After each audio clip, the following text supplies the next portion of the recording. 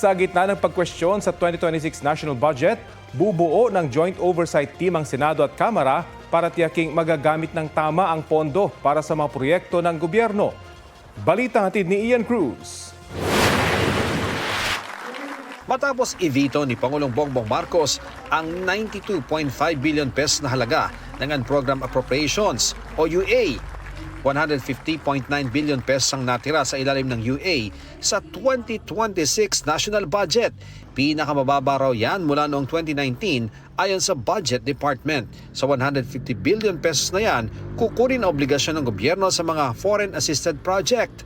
Kabilang ang ilang nagpapatuloy na flood control project. Para naman doon sa flood control projects for 2026, wala pong nakalaan na budget para sa bagong flood control programa sa 2026. So ang tanging puntong may kaugnayan lang po sa flood control ay para lamang doon sa ongoing foreign assisted projects po ng DPWH. So ibig sabihin, may mga proyektong sinimulan na at may umihiral ng loan agreement. Pero nakukulangan ng ilang business group sa pag-veto ng Pangulo.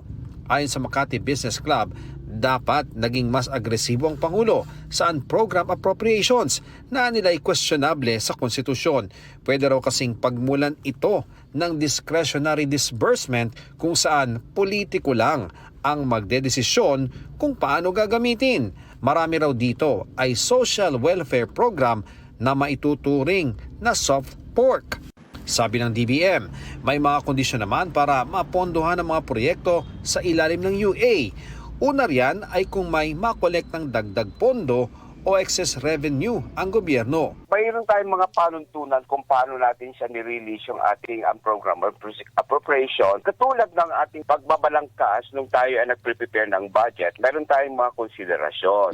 Una sa lahat, naka-align dapat po yan sa Administration's Development Program. Si Presidential Sister Senadora Amy Marcos, pinunto naman ang umano'y pagbabawas sa mga pondo para sa ilang proyekto tulad ng pondo para sa Metro Manila Subway at North-South Commuter Railway, habang nadagdagan ng pondo para sa kontrobersyal na programa gaya ng Tupad, AIX at iba pa. Sinusubukan pa ng GMA Integrated News sa makuhang panig ng Malacanang. Sinagot naman ng palasyo ang sinabi ni Caloocan Representative Edgar Erice na balak niyang questionin ng UA sa Korte Suprema. May karapatan po sila na dumulog sa Korte Suprema at tanungin kung unconstitutional ang parte na to ng 2026 national budget. Confident po sila na ang ginawa po ngayon na budget ay ang pinakamalinis, pinakamaayos, at ito'y para sa taong bayan. Dismayado naman ang budget watchdog na Social Watch Philippines dahil hindi na-veto ang mga items sa budget na sa tingin nila ay questionable. 319 billion pesos na halaga ng mala pork barrel umano na pondo at questionableng programmed allocations ang kanilang iminungkahing i-veto. Kabilang ang mga proyekto sa ilalim ng DPWH, DA, farm to market roads at iba pa. Pero di raw sila pinakinggan.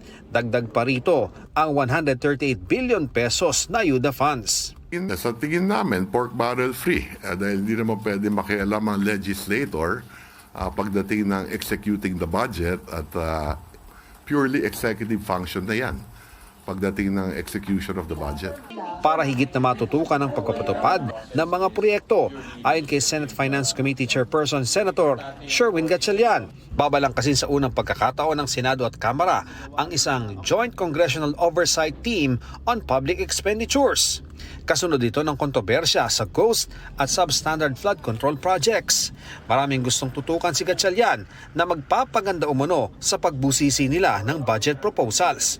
For example, underspending ng mga agencies, foreign assisted projects, some projects na kailangan natin i-drill down pa, like for example, yung pagpapagawa ng hospitals dahil over capacity na yung mga hospitals natin. So yung mga ganitong bagay para pagdating ng budget, hindi lang isang araw, isang agency, alam mo na yung konteksto o alam mo na yung context nung pag-uusapan nyo during the budget briefings. Kasama sa mga gagawin nila, mag-ocular inspection sa mga proyekto. Kakausapin ni Gatchalian ang counterpart niya sa Kamara para sa pagbuo ng Joint Oversight Team. Ian Cruz nagbabalita para sa GMA Integrated News.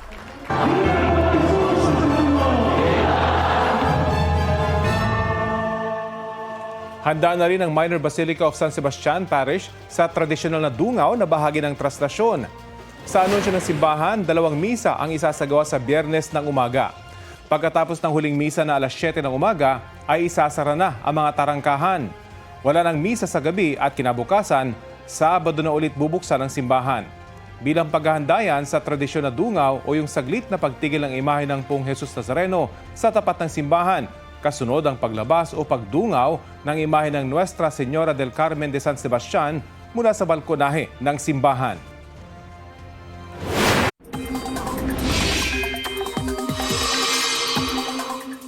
Kumustahin natin ang magiging lagay ng panahon sa papalapit na pista ng Nazareno at sa nagalburutong bulkan sa Bicol. Makakapanayam natin live si Benson Estareja, weather specialist mula sa Pag-asa. Magandang tanghali sa iyo. Magandang tanghali po, Sir Rafi. May naitatala na ba kayong matitinding ulan sa Bicol, particular sa area ng Bulkang Mayon? Mataas pa naman yung banta ngayon doon ng lahar flow. Yes po, sa ngayon po nagiging makulim naman panahon po dito sa may Kabikulan, lalo na po dito sa may Albay kung saan nandun nga ang Bulkang Mayon. At maaaring magpatuloy pa po yan ng 3 hanggang 4 na araw. Yan po ay dahil sa shear line o yung banggaan nga po ng mainit na easterlies at malamig na amihan. May paminsan-minsan po malalakas yung mga pag-ulan, lalo na po sa dakong hapon hanggang gabi. Kaya nandyan po yung banta ng lahar doon sa mga nasa paligid po ng bulkan. Opo, hanggang kailan po yung mga pag-uulan doon? Nakikita po natin around January 9 hanggang January 10, nandun pa rin yung effect po ng shear line. Bagamat aasahan po natin simula po bukas, more on mga light to moderate rains na lamang. Good news po yun. Iulanin ba naman ba yung pista ng Nazareno dito po sa Metro Manila? Dito naman po sa Metro Manila, we're recommending po yung ating mga kababayan po na dadalo po doon sa Maynila na magbaon ng payong dahil paminsan-minsan magkakaroon ng mga pag-ulan. Generally, makulim naman panahon, no? Lalo na po sa umaga hanggang sa tanghali at nandyan pa rin yung medyo malamig na madaling araw. May posible po bang sama ng panahon yung mararanasan sa araw mismo ng pista?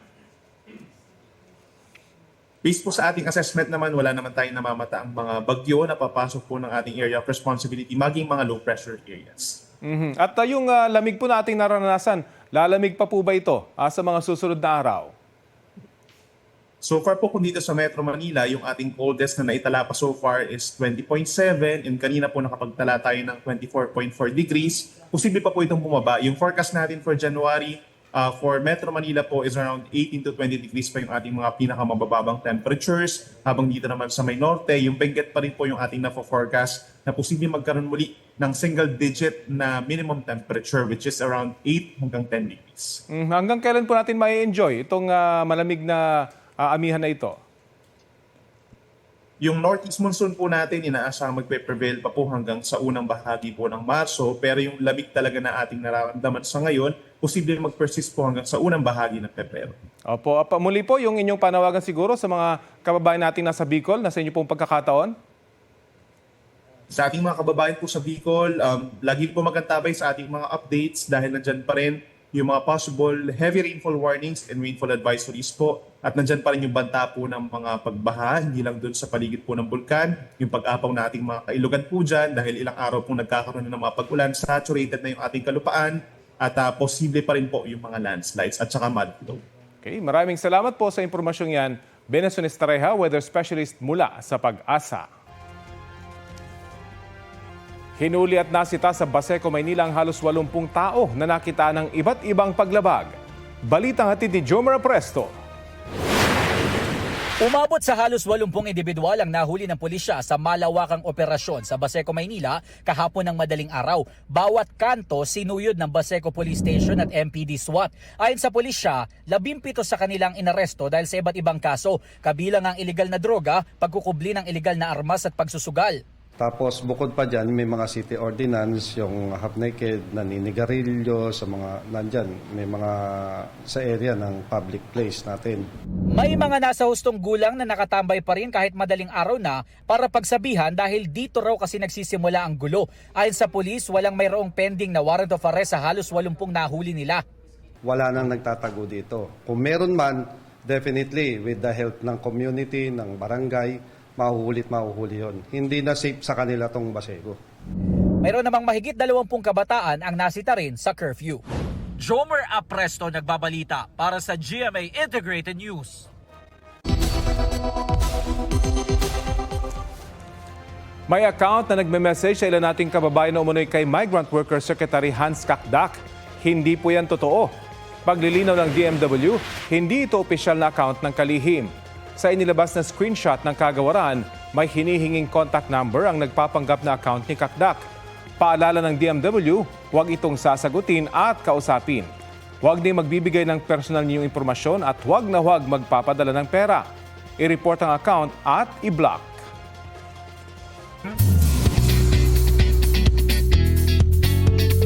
Mga mare at pares, sorpresa ang sumalubong kina Mavi at Cassie Legaspi para sa kanilang 25th birthday celebration. Sa set ng Kapuso series na Hating Kapatid, may pa-cake ang cast and crew para sa twins. Nag-birthday salubong din ang dalawa kasama ang kanilang parents na sina Carmina at Zoren Legaspi. Nariyan din ang girlfriend ni Mavi na si Ashley Ortega. Sa kanilang Instagram, nag-share din ang kanya-kanyang birthday photoshoot ang twins to celebrate their special day. Nasunog ang isang tanker sa gilid ng kalsada sa Pagbilao, Quezon. Naglalagablab na apoy ang lumamon sa truck na yan sa Maharlika Highway sa Barangay Ikirin. Nagdulot din niya ng pagsikip sa daloy ng trapiko. Walang naiulat na sugatan o nasawi sa sunog na mahigit 1 oras ang itinagal bago tuluyang naapula. Inaalam pa ang sanhi ng apoy.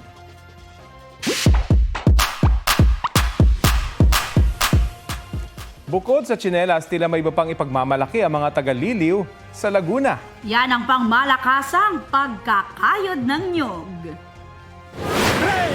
Tapas muna! Tapas muna. Yan sila. Kita nyo naman. Galing magtapas. Challenge accepted ang mga mister na nagbalat ng mga nyog. Then pass the nyog sa kanilang mga misis na todo kayod naman sa tradisyonal na kudkuran. Inorganize yan ng sanggunian ng barangay Bayate bilang pagkilala sa tradisyonal na pagkakayod ng nyog.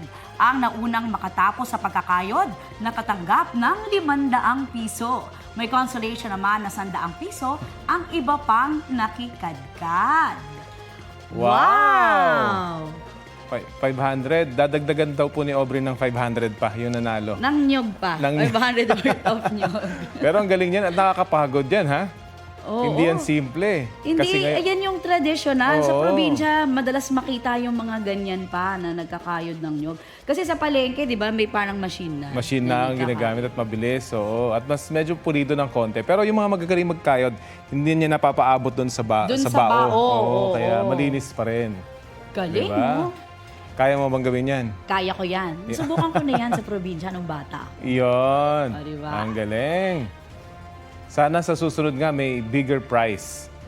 Para mas dami, Ikaw mas na daw marami. magdagdag. Mas marami yung sumali, 'di ba? At mas at sana mga kabataan, 'di ba? Kasi sila na yung susunod. Para maano nila, may experience nila. Ako kasi nung bata ako, pina-experience sa amin yan ng mga tita at tito ko sa probinsya. Kasi sa Quezon, kung saan kami, maraming nyog doon. Talaga. Yan, at least natatandaan mo po yan hanggang ngayon. Ano? Oo. Ang galing. Experience ko yan sa mga anak ko. Correct.